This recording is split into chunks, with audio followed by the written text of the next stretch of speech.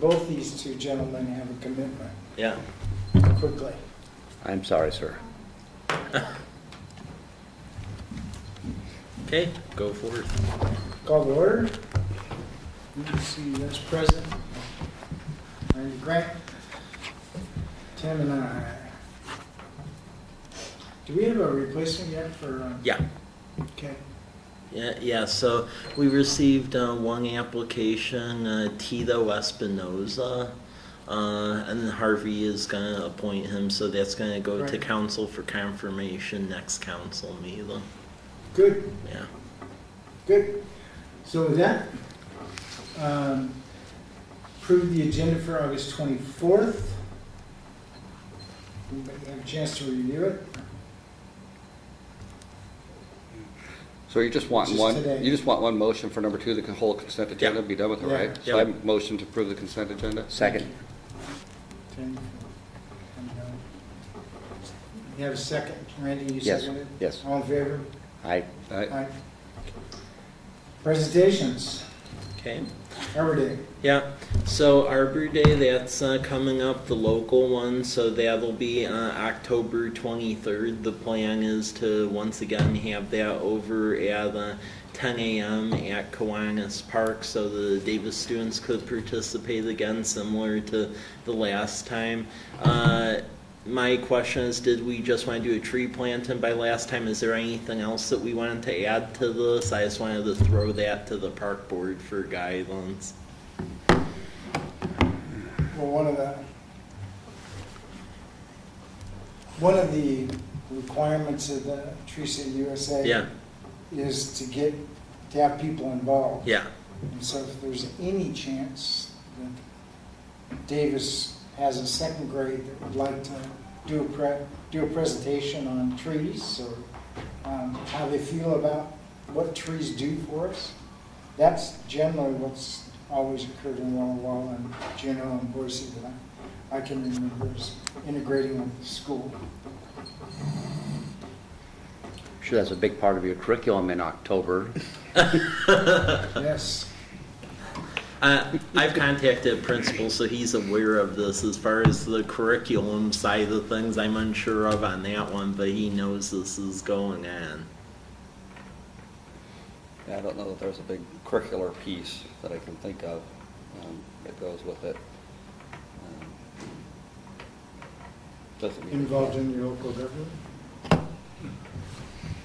yeah. Kinda. Well, there is a government piece, but I don't know that there's a, if you're to do a tree planting, then you gotta look into the government piece.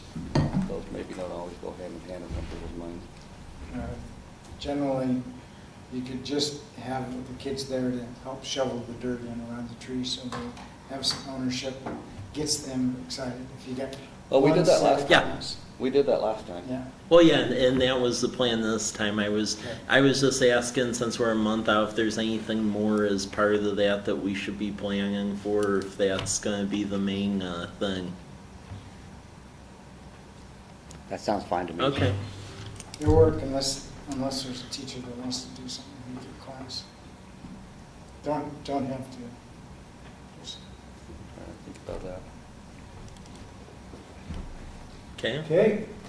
Washington State Department of Natural Resources Urban Community Forestry Grants. Okay, I want to throw this out to the board. So now that we are a tree city, we do qualify for some of the Department of Natural Resources grants, and we can apply for all of them. They have a program where they'll send folks out here to essentially GPS trees and locations and what type they are. There's also a tree voucher program that where we can apply for that, and folks in essence could get a voucher for like a free tree over at Wenzel or something, or we can just outright get trees to plant on city rights of way. And that is the key one where I would like to get direction from this body if there's like an area in town that you see where we should be putting more trees at, because when you write that grant application you have to specify where you're putting this stuff at in the need.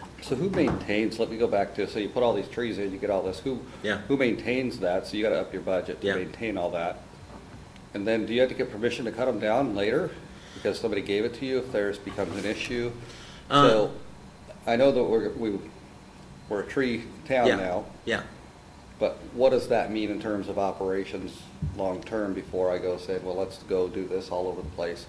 Some places, maintenance-wise or operation-wise, or I'm just kind of curious about that. I don't know how that works behind the scenes when you do all that.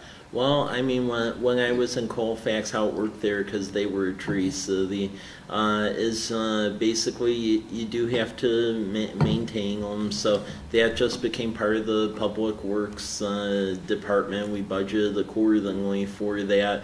And in times where they were buried in other stuff, we end up getting a tree service to help us out.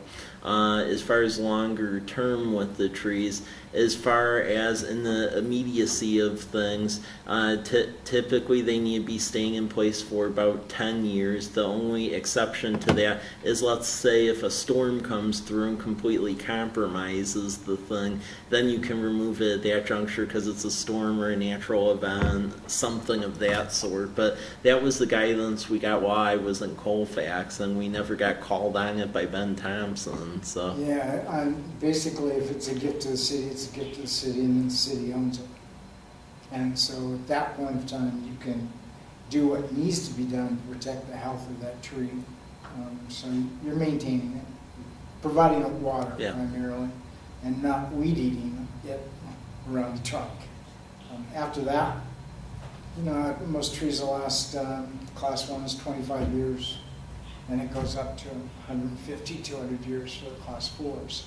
So So it's not that big of a it's, maintenance and cost. yeah, it is a cost, and it's a new cost from a maintenance operations standpoint, but it adds so much to your community, it's worth that additional cost. I just remember reading a stat, or they were tree lining the retail space, and they did a study in this one particular town, and the volume of revenue went up 18%, and they directly related that to the growth of trees, so that the shoppers felt it was more conducive, more shade. So from an income point of view, to grow the city, yeah. I would say you put it out where it has the biggest impact on revenue production. Are you obligated to use city property, or can you gift a tree to an organization? I mean, we can in essence gift trees to organizations and private folks through that tree voucher program, and we're going to apply for that. For the grant program, I'm seeking guidance on that outright tree grant program. That one is for city-owned property or city rights-of-way. But public property, usually you can work with the school district and add school grounds, public school grounds to public property. And those are grounds that really need trees effectively. I know maintenance people don't like them because you got to mow around them. It creates a little bit more mowing time, but sure provides great shade and sense of community, as Randy was mentioning on that study in California. So it's a... Well, there's a property, it's right on the 4th Street there, which is where the new walking path for Walwell University is. Mm-hmm. Of course, the new road, new sidewalk. I would love to see a line of trees along that road, but the space available isn't great. There are some curves in the walking path that would provide nice spots for trees to be. And not only would it provide a good visual along the road there, but also would provide shade for both the walking path and the sidewalk, which is also a bike path. To me, those are good intersections of use for trees to be installed. But that's not city property. Yeah. So what can you tell the college? You can't really tell them what to do, but I mean, what I could do is request that they basically give an easement, and then we could put essentially trees along that, because one time we did that with a church in Colfax and it flew. Yeah. So if we got some sort of easement from them, I know state would go for that. So yeah. That would be a great place for trees, in my opinion. Okay. But, there may be some plans the university has out there that I don't know, but, you know, it's not an approach to a, you know, a Yeah. runway or There's not any anything, power so- lines, are there? The They power notice lines, on- I think, are on the other side of the street.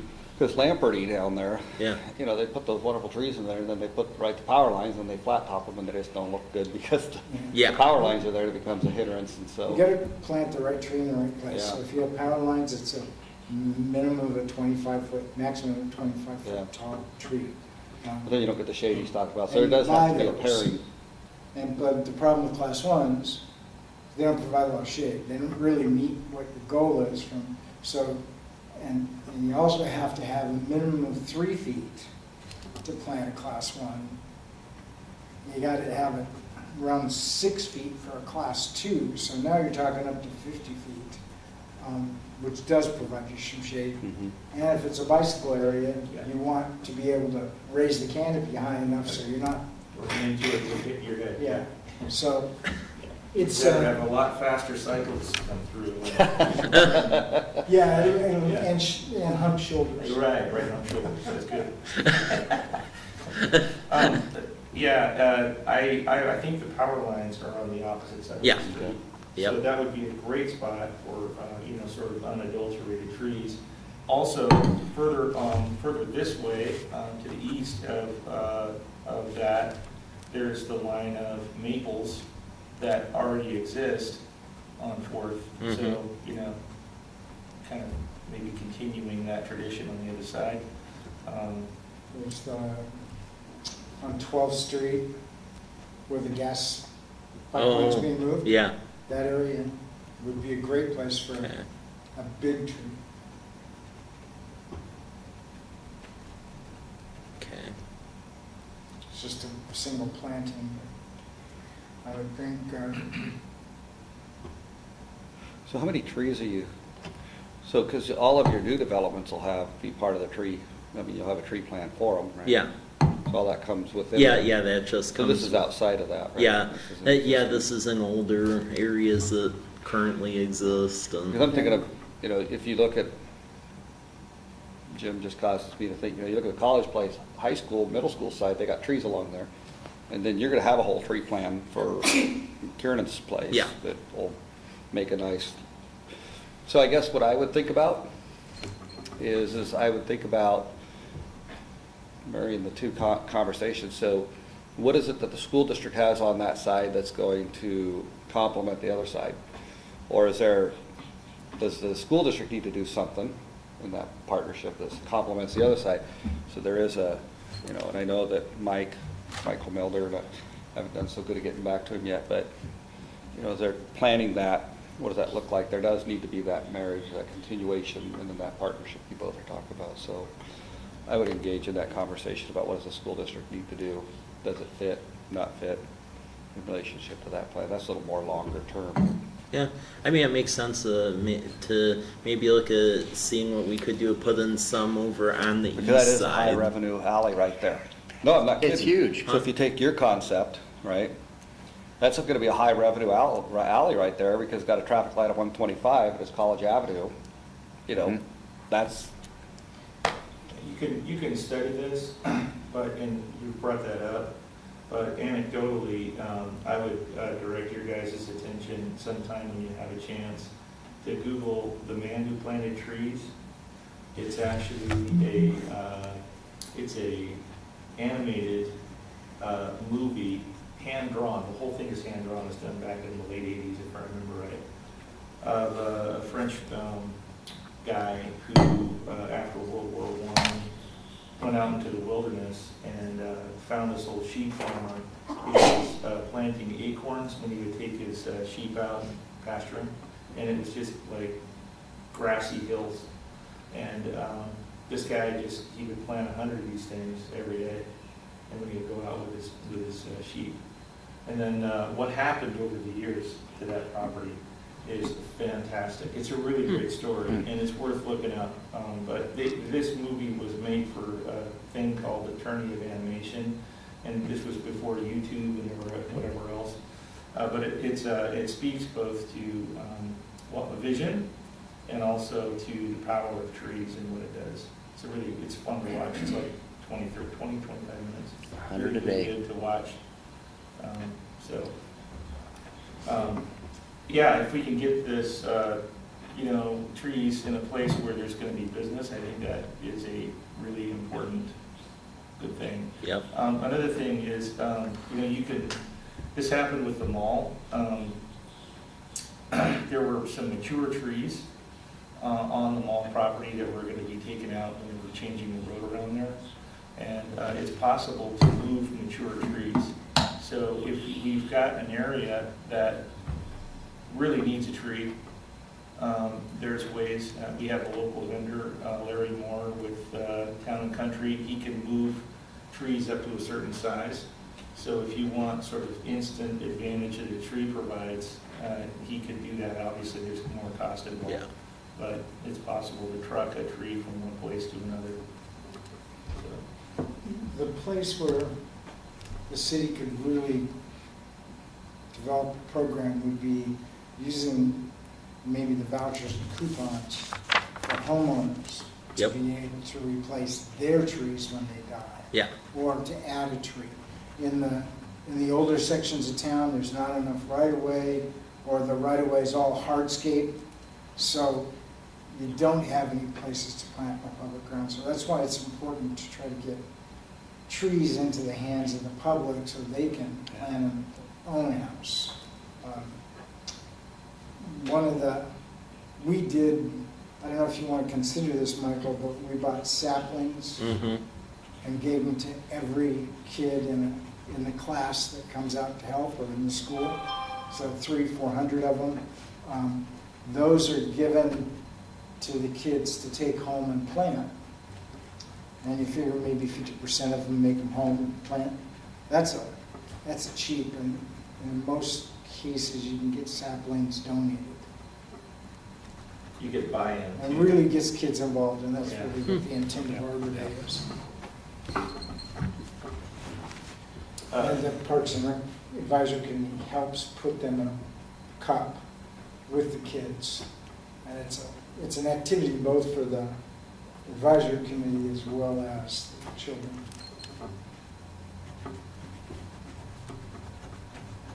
So, You're almost gone. if you look at what we are sort of have been charged with, Yeah. development of parks and stuff, there's the Veterans Memorial. Yeah.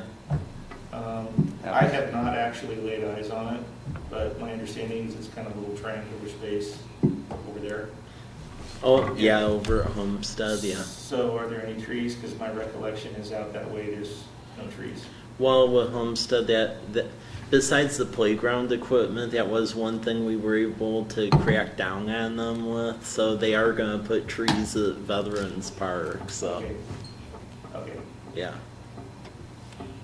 I was able to get that out of them, besides the playground equipment and trees, though, that was about the You're able extent. to define the size. We're in talks about that. If you have a recommendation, Well, yeah, That's all. two critical is see if we're gonna. anything that's not a class 1 tree should be 2 inches Okay. in diameter to start with. Anything that's a 25-foot tree or class 1, that's 1.5 inches Okay. maximum. So you can go up from there, but we, at least in Wawa and in Boise, 2-inch max. So you get these whips that contractors will tend to want to plot, costing $25. No, you want a tree that's going to have a chance to make it. Yeah. So that's why we say a 2-inch caliber. Okay. Yeah. That's what they put all over the school was, Yeah, that's just pain in the ass. Excuse me. I can't argue that at all. Yeah. Was there pretty good survival, or how was it? No, I got trees that never, Yeah, I mean, the kids at home will have fun with it. Yeah. Okay. Okay, well, I can communicate that over to the homestead developers because, yeah, Yeah, I would say, don't accept any class 1 trees in that park. okay, They've got to be at least a class 2. Maples are generally a class 3. and then the Norway maples are 4. Oak trees are 4. If you want a list, I can get you a list, Michael, That would be good. pretty easily. That would be good because we're gonna have to be that specific, actually get that out of them, so. I'm just darn impressed you got that still rattling around your head, can just like clip that right off. I'm impressed. That's It's the only years. thing I know. You happen to own a wood stove? No, I don't. I don't chop down too many trees. I used to run a chainsaw for the Forest Circus. Yeah, unfortunately, I've done that too for a lumber mill.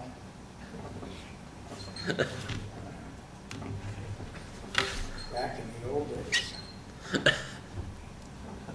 So yeah, I'll get you a approved tree list for That would this be area. good. That'd be And then great. They come in class 1s, class 2s, class 3s, class 4s, so it's a page of each. Okay, Gives you some good options. that'd be great.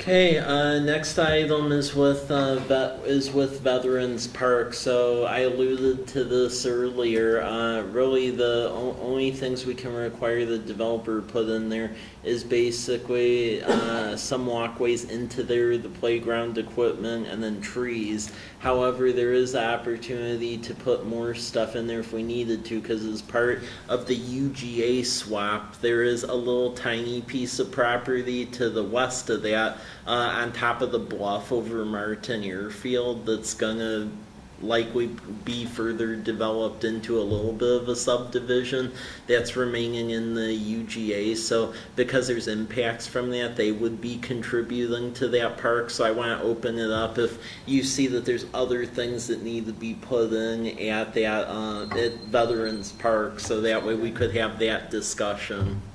Up above? Where Yeah. is that? Yeah, I think we need to, it's up on, it's below on the side of the bluff, Let me get out. a little bit Could you west. pull up Google Maps?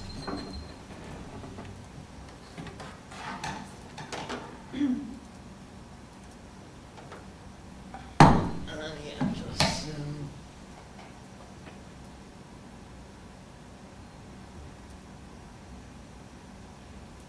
yeah, and You're then, gonna and then wanna go turn to on the satellite aerial view. imagery. Do a satellite view as well. Yeah, right. Here. Oh. Okay, so the area that technically can be developed for further housing is the top of the bluff right in here. So here to here is owned by Homestead and is gonna be like developed as such. This part is still owned by the Cheney family, but they've with the UGA swap, the part below the bluff is gonna get pulled out of the UGA. That way it saves the airport, and the county's working with them to do like a live with your airplane zoning thing. So that's what the airport's gonna be. But the top part up here, they want to turn into like higher end homes, so they don't really want it to be like the quality of Homestead. It would be bigger stuff. But because the main egress in and out of this thing is going to be the Homestead development, the park that area would be defaulted to for purposes would be Veterans Park. So as that develops, we can assess like a fair share on them for that.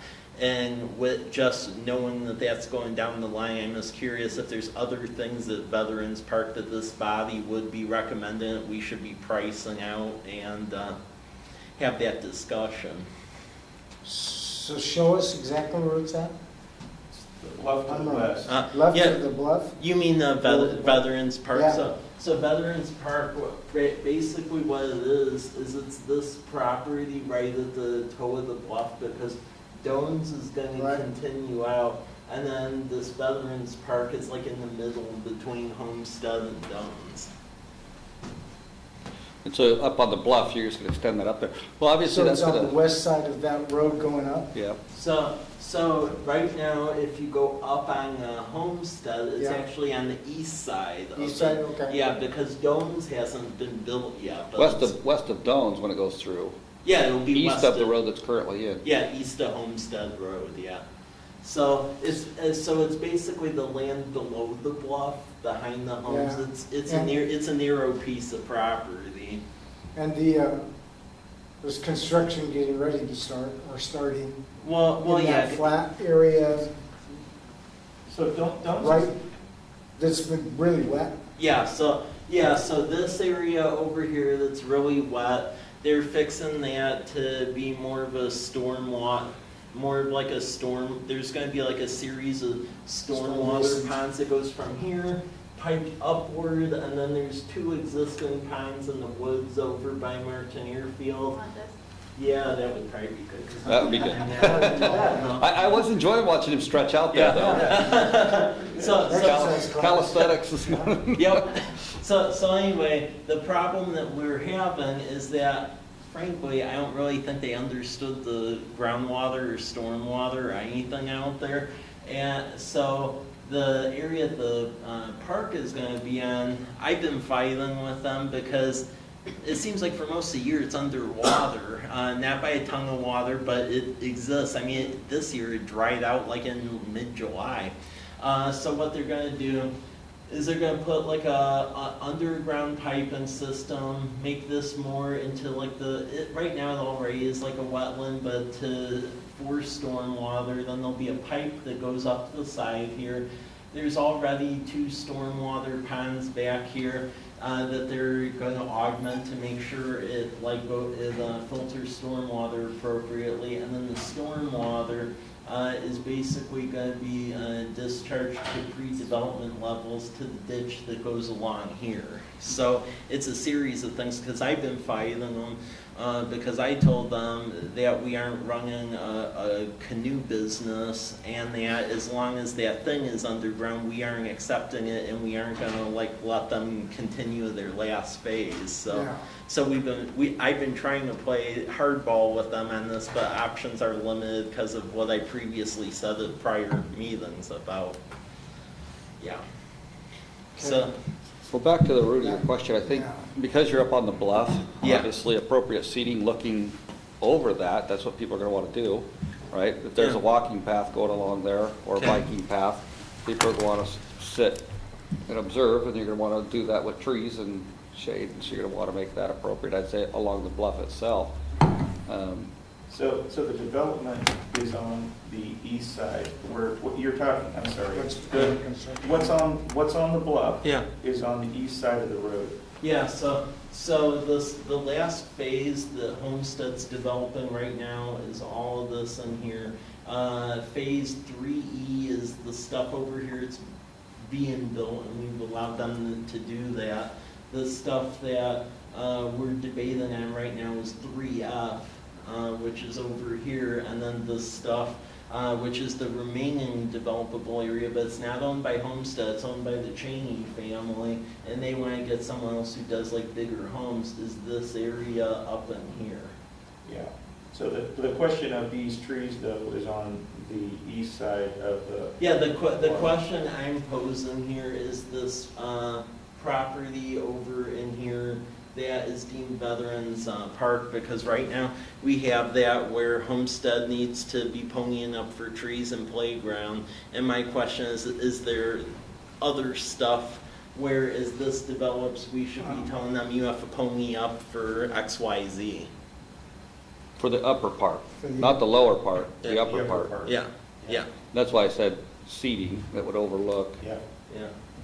because that's a visual spot. Yes. Walking past Yeah, always. very much it is. Okay. I've been up there many times, and that's a really nice spot. Nico lives in that row of houses that borders that section. So what's And so there's a lot of groundwater underneath their house, unfortunately. Yeah. the Domes development? Is that to the right, or is that just a road? When you say Domes, is that the Yeah. road? Domes road. is the road. So Domes Yeah. is right here. Right now it like dead ends here. It's gonna continue and go all the way up the bluff to the end. And then there'll be streets that go through between Homestead Avenue is this. and there'll be further streets that go through, and this is like the last phase in here. Is Dones or Homestead going all the way through to Clarence?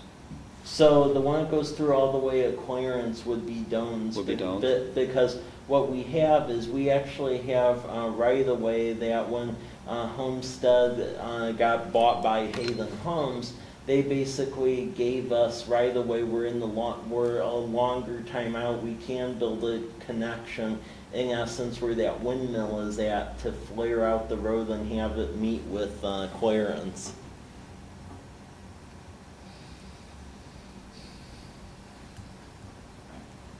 Which that's going to be a longer out, because I mean, I appreciate the connectivity aspect, but I don't really see the need for that until much later out there, so. Yeah. That's funny because that arterial whole conversation, how many years ago did that happen? I mean, you and I have been around long enough just to remember that whole conversation when we all got together and talked about that. Yeah. That's the only reason I know to even ask that particular question. So the I didn't idea there remember. really Now is that to it's here, you got those two roads, now you can actually go, oh, there they are. The two roads are actually, the whole idea here is to dump traffic out to Whitman, is that right? Well, the idea with this is, yeah, traffic goes out to Whitman. I mean, if you were to fast forward like maybe 30 years out, I wouldn't be surprised if eventually, as stuff develops out, maybe Dones continues and then meets up with Grandview. I think that's Grandview over there, and then that continues onward to 12th, where that's a more like westerly Yeah. north-south arterial, but that's like way Way long in the term. future. Well, neither one of the roads in the Homestead development connect anything. Yeah, On yeah, the right, other side of Whitman. yeah. Right now, Whitman And is. ideally, you'd want to eventually try to connect something all the way to Wallula. Yeah, right? yeah. But it's not going to happen. So I just Campbell, I had, guess, is the connecting street. back to your Yeah. park Yeah, conversation versus the Yeah, road. I'm sorry, the subdivisions. That's okay. So we just had somebody move in to my development, uh-huh. and no kidding, we were over at their house last night, and the first thing his wife says is, you know, we really need a Hallmark park, which is what we said how many months ago? That was her comment. That was one of her first comments, is, man, College Place is awesome, we really need a Hallmark park. So what do you mean by Hallmark? I didn't ask her any more than Finding just, Okay. Sheila and I were just, we were just leaving when she made that comment. I can follow up with her what she's talking about, but. Well, and I mean, the park where we're going to have the ability to really make a nice quality park is on the McKiernan and Christensen site, and those conversations have been ongoing, and everyone's in agreement about that. So that can be a very big